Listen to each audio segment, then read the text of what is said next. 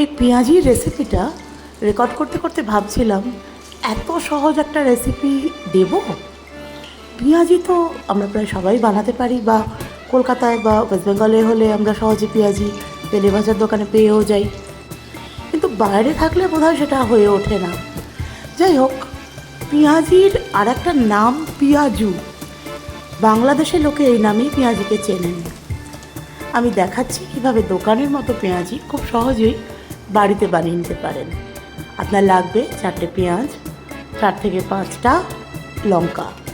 প্রথমে পেঁয়াজের খোসাগুলো ছাড়িয়ে নিন। খোসা ছাড়ানো হয়ে গেলে পর পেঁয়াজগুলোকে পাতলা পাতলা করে কেটে নেবেন। আমি এখানে 4টে বড় সাইজের পেঁয়াজ ব্যবহার করেছি। এই দেখুন, পেঁয়াজগুলোকে আমি কেটে নিচ্ছি পাতলা পাতলা করে। পেঁয়াজ কাটা হয়ে গেলে লঙ্কাগুলোকে কুচিয়ে নিন। আমি যদিও প্রায় 5টা লঙ্কা দিয়েছি, চাইলে লঙ্কা কম দিন।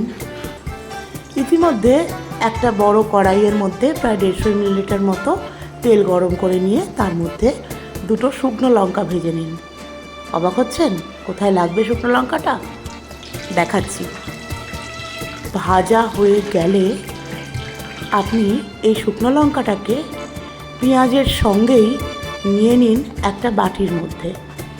তার মধ্যে দিন কুচানো লঙ্কাগুলো। এগুলো দেওয়া হয়ে গেলে এরপর আপনি দেবেন 6 টেবিল চামচের মতো বেসন। আমি একসঙ্গে সব বেসন দিই না যখন ব্যাটার বানাই। এর মধ্যে দিয়ে দিন 2 চা চামচের মতো চালের গুঁড়ো। চালের গুঁড়ো কিন্তু অপশনাল, আপনি চাইলে স্কিপ করতে পারেন, কিন্তু চালের গুঁড়ো দিলে বেশ একটা মুচমুচে ভাব আসে। দেবেন 1 চা চামচের মতো বেকিং সোডা, 1 চা চামচ নুন। এইগুলো দেওয়া হয়ে গেলে এবার ভালো করে আঙুল দিয়ে মাখতে থাকুন। চামচ দিয়ে কিন্তু পেঁয়াজির ব্যাটার বানানো যাবে না। যখন মাখছেন তখন ওই যে শুকনো লঙ্কা ভাজাটা দিয়েছিলেন ওগুলো ক্রাম্বল করে নিন, আর ততক্ষণ অবধি মাখুন যতক্ষণ না পেঁয়াজ তার ময়েশ্চার বা জল ছাড়ছে। বেশ একটু নরম হয়ে গেলে 1 মিনিট মতো এর মধ্যে দিয়ে দিন 50 মিলিলিটার মতো জল। দেখুন কতটুকু জল দিচ্ছি, দেখলেই বুঝতে পারবেন। এইটুকু পরিমাণ জল দিয়ে আবার মাখতে থাকুন 1 মিনিটের মতো। এরপরেও দেখবেন এই যে ব্যাটারটা আছে একটু হালকা হালকা আছে। এরপর এর মধ্যে দিন আর একটুখানি জল, 50 ml মতো দিয়ে ভালো করে মিশিয়ে নিন। মেশানো হয়ে যাবে, তারপরে এর মধ্যে দেবেন আরও 1 টেবিল চামচ বেসন। দেখুন আমি 1 টেবিল চামচ মতো বেসন দেব।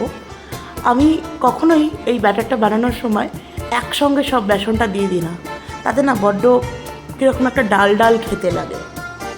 তো 1 টেবিল চামচ দিয়ে আমি মাখবো, তারপর যদি লাগে আর একটুখানি বেসন দেওয়া যাবে। আমার লাগছে তো আরও 1 টেবিল চামচ বেসন দিয়ে দিলাম। দিয়ে এবার ব্যাটারটিকে আরেকবার ভালো করে মিশিয়ে নিন।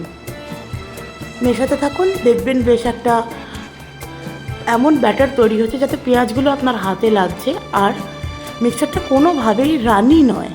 দেখুন আপনি হাতে করে কিন্তু ধরতে পারবেন পেঁয়াজগুলোকে। মাখা হয়ে গেলে এই ব্যাটারটাকে রুম টেম্পারেচারে 10 থেকে 15 মিনিট মতো রেখে দিন।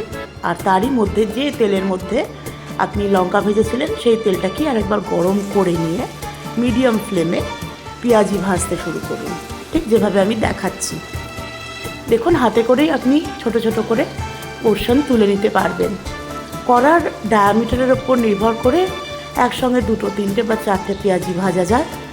আমি একটুখানি 2, 3 বা তার বেশি দিয়ে ভাজি না, কারণ আমার মনে হয় একটুখানি ব্রিদিং স্পেস থাকা দরকার। আমরা আর যাই হোক প্রফেশনাল চপ ভাজিয়ে তো নই, বাড়িতে কখনো সখন বানাচ্ছি, তাই যতটুকু হ্যান্ডেল করতে পারবেন ততটুকুই একসঙ্গে ভাজা বেটার। একটা সাইড 1 মিনিট করে ভাজুন, তারপর উল্টে দেবেন। আর ভাজা হয়ে গেলে তারপর পেঁয়াজিগুলো বেশ যখন দেখবেন বাদামি বাদামি হয়ে যাচ্ছে, কড়ার থেকে স্ট্রেন করে নিন। এটা হয়ে যাওয়ার পরের ব্যাচটি ভাজতে শুরু করুন। আমি আর একটা ব্যাচও দেখাচ্ছি। আমি নিজে একটু কড়া করে ভাজা পেঁয়াজি পছন্দ করি, প্যারাজ আমার বাড়িতে মেহবুব বা পাস্তা এরা দুজনেই একটু হালকা ভাজা পেঁয়াজি ভালোবাসে। এখন যদিও আমরা কলকাতায় থাকি, একটা সময় বেশ কয়েক বছর আমরা গুরগাঁওতে ছিলাম। সত্যি বলতে ওই সময় থেকেই আমার রান্না করা শুরু বা রান্না নিয়ে লেখা শুরু, আর সেইভাবেই আমার ব্লগ দেবযানী রান্নাঘর শুরু হয়েছিল। লিখতাম আগে, তারপর লিখতে লিখতে এইভাবেই হঠাৎ একটা সময় মনে হলো যে আমি তো চাইলে ভিডিও করতে পারি।